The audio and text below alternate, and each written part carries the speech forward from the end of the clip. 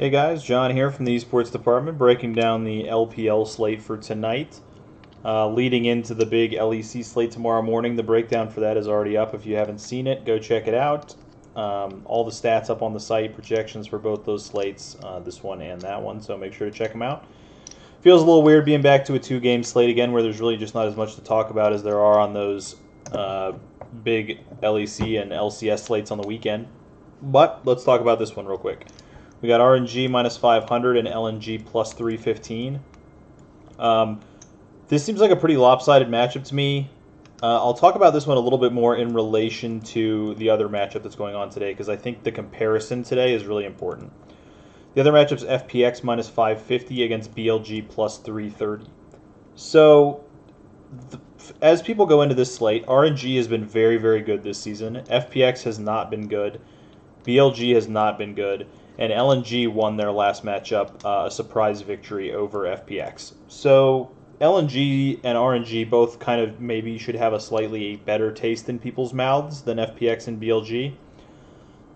I think both RNG and FPX are very large favorites to win their series here. I think this is completely reasonable odds that are set up here. Basically, RNG and FPX should be very large favorites. I will say, I think that the only leverage you can really get for GPPs on this slate is to play BLG or LNG. Playing FPX and RNG seems like a complete waste of time in GPPs. This feels like a cash slate to me, to just play FPX RNG in cash. Seems fantastic. BLG and RNG, I think probably your best leverage if you're trying to get ownership leverage on this slate will be BLG. They're a bigger underdog, and I think they have a better chance to beat FPX than LNG does to beat RNG. I might be wrong about that. RNG is definitely a weaker roster than FPX, in my opinion. But I think BLG is a lot better roster than LNG. So I'm thinking that if you're trying to get ownership leverage, BLG is probably the place to go. I would guess that probably RNG is the highest owned team, followed just slightly by FPX. And then I think LNG might manage to eke out slightly higher ownership than BLG. It could be opposite on that, but it feels like BLG might be the place to try to get a little bit of leverage on this slate. As far as how the matchups go, RNG in the bot lane certainly has a pretty big edge over LNG. In the mid lane, yeah, pretty reasonable edge. In the jungle, definitely has an edge. Top lane, LNG's top laner Chenlin has been pretty good this season. LNG might have a slight edge in the top lane, but really I don't think they have an edge anywhere that's worth noting. At best, they have a small edge in the top lane. RNG pretty much crushes everywhere else. Their drafting has been better this season. They've looked very good. In FPX and BLG, FPX have the better player at every position the same way that RNG does. BLG's not even running Meteor, who I think is the strongest point of their team. Khan hasn't been fantastic in the LPL, and Kingen has been pretty decent, so there's an argument that maybe, once again, that the underdog has maybe a slight advantage in the top lane, but I don't even think so. It's just two really lopsided matchups where if one of the underdogs wins, it's probably going to be more of a blip on the radar than anything else. If FPX loses, maybe it's starting to be indicative of some problems with FPX because they looked very bad against LNG when they lost, and they definitely shouldn't have lost that as a minus 4,000 favorite. But I don't think either one of these teams has a legitimate path to victory where you can really look at something and go like, well, they could get them here. I think really it's going to come down to a bad draft from FPX or RNG, or just an off day from them, maybe trying out a strategy that doesn't work. If you're playing GPP, I would definitely be playing BLG and LNG in your lineups, but I would highly recommend sticking to cash games. Let's take a look at a possible cash lineup here. So, as usual, I'll just kind of start out trying to get the favorites in the best stack that I can possibly get them in, which, is probably not going to work, but it's always worth looking. So let's lock it down to them, and let's see, Betty is cheaper, so we'll go with Betty. Looks like in general, FPX, it's position by position on who's cheaper, so let's try doing all the cheapest people. And we'll see what we can come up with. Not even close on that one. A full 1,200 short of being able to do that one, so we can try the next captain. Xiaohu versus Doinby. Xiaohu's cheaper. And just same thing, cheapest person at every position. This one shouldn't work either, but like I say, I like to go through the process. Every once in a while you get surprised, and it does end up that you can afford it. No love there as well, still a full 900 short of being able to get anybody in there. So I imagine this is where we're going to end up landing. Let's try the more expensive jungler first, which is Tian. And let's check the RNG FPX. FPX showing up big at mid and support, RNG everywhere else. So actually we would prefer to play XLB here. And then at top we'd prefer new. We'd have to play Tian. In the mid lane it goes Doinby. And then we'd be back to RNG for 80 carry and Crisp. That leaves us 5,200, which is not enough. If we could save 400 somewhere, I don't think there's a position where we can save 400. There isn't a position where we can save 400. What if we did XLB with the cheapest person at every position? Khan. And oh, you'd have to play Tian there. And Jiaohu, Betty, Crisp.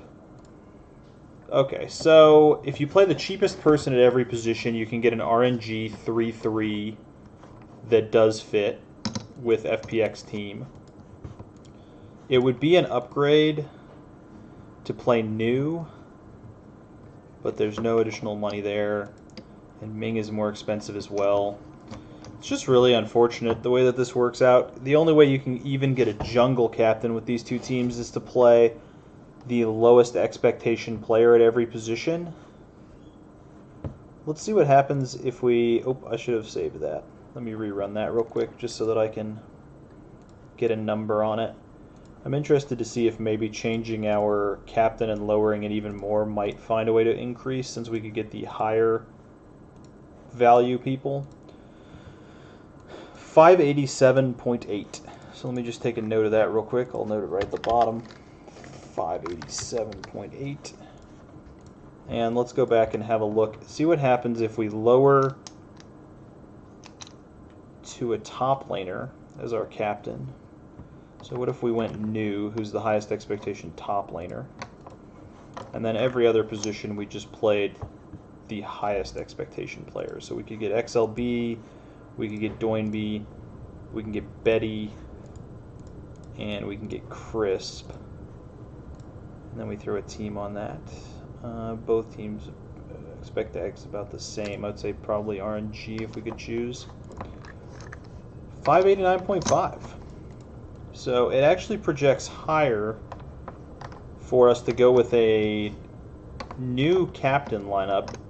New projects at 78 versus the 82 of XLB, so you're losing about 6 points on your captain.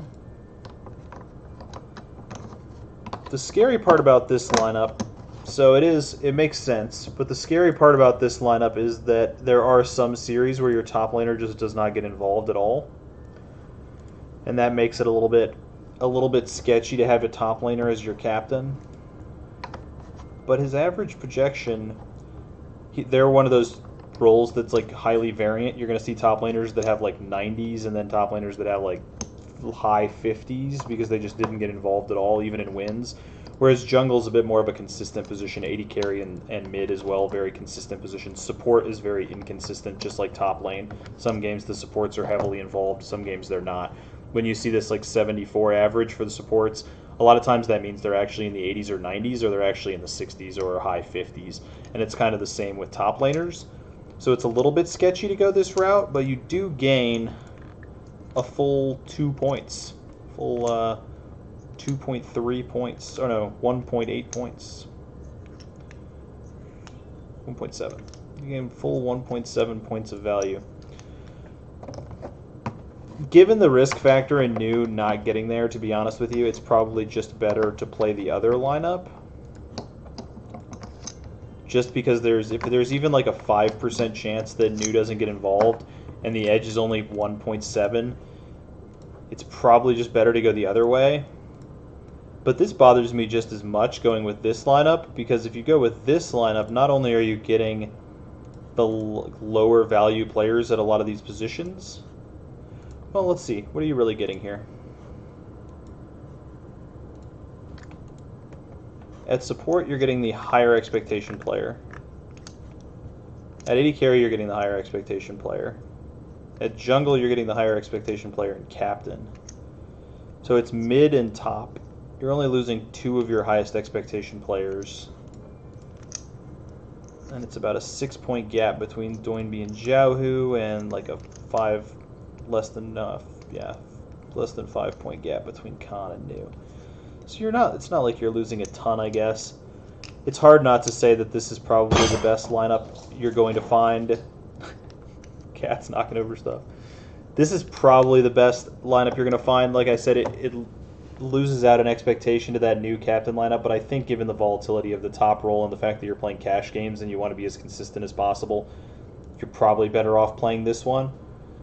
The only kind of downside to this, though, is if this is the way that you have to build this, which it is, that also means that this is the only way anybody else can build this either, which is going to lead to a ton of chops. I don't even know that you can play like 3-mans or anything with this. This feels like it's heads up or bust, and you're probably going to chop some of your heads ups as well. So it's just pretty unexciting, to be honest with you. Just pretty unexciting. If anything, maybe you take the new captain and send that into a GPP. Try to take advantage of the number of people that are trying to go with an XLB captain. Instead, you can go with the new captain and see if you can get some lower ownership on that. I might play something like that in the $15 tonight. See if I can get a little bit of leverage that way, because you can build that a few different ways as well. So overall, this is just a really unappealing slate. In the GPPs, it feels like you have to play one of these huge underdogs that don't really have a great path to victory, or you can try the downgrades like we were talking about. That might be the best thing to do. In cash games, there's really not a lot of different optimal lines that you can build, so it doesn't look great there. This is the kind of slate where you really find out if you're really trying to make long-term money. Because if you're trying to make long-term money, people were talking about bankroll management in the Discord the other day. If you're trying to make long-term money, you should not have as much money on this slate as you normally have on a slate, because this is just not a good value slate. There's not a lot of edge here. The money that you're putting onto this slate, in my opinion, should be less than other slates. It's just not a place where there's a lot of edge to be found. You can put a little bit into the GPPs with a BLG or an LNG. You could maybe try a new top lineups, but I just don't think this is a great slate to be entering a lot. So if you're heavily entered on this slate, you might be making a mistake bankroll management-wise. Going over the combinations, RNG and FPX. We were talking about that a lot as we were building cash, but it's Doinby and Crisp that stand out for FPX. The rest of the table goes towards RNG. When you have RNG and BLG together, it's the BLG top half of the map with the RNG bottom half of the map, so you want to make sure to get Betty and Ming in there, but BLG is your favorite. This makes kind of a good lineup for GPPs, because you could put Betty as your captain and then play 4 BLG with Ming, and that's a legitimate lineup. I like that lineup quite a bit as far as big GPPs go. LNG and FPX. This one's real weird because Chenlun just like blows Khan out of the water, and then LNG wins at 80 carry as well, but FPX takes the other 3 slots by very small margins in the mid and jungle. It's Crisp that really stands out for FPX. And this stuff will all be in the show notes as well, by the way, as usual. LNG and BLG is the last one, and that leans towards best 16 in the jungle for BLG, and then a very small edge for Zinmo. This feels like a spot where you may lean towards just playing 4 LNGs.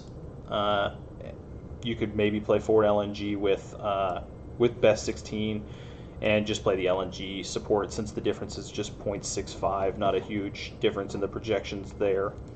So that's pretty much all for this slate. Not a super exciting one, not one I'm blown away by. I'll be very lightly entered on this slate for sure. And good luck to everybody, man. I think there's some more interesting slates tomorrow. You might save your money for those ones. Just get a little bit of action on these for the overnight. And have a good day, guys.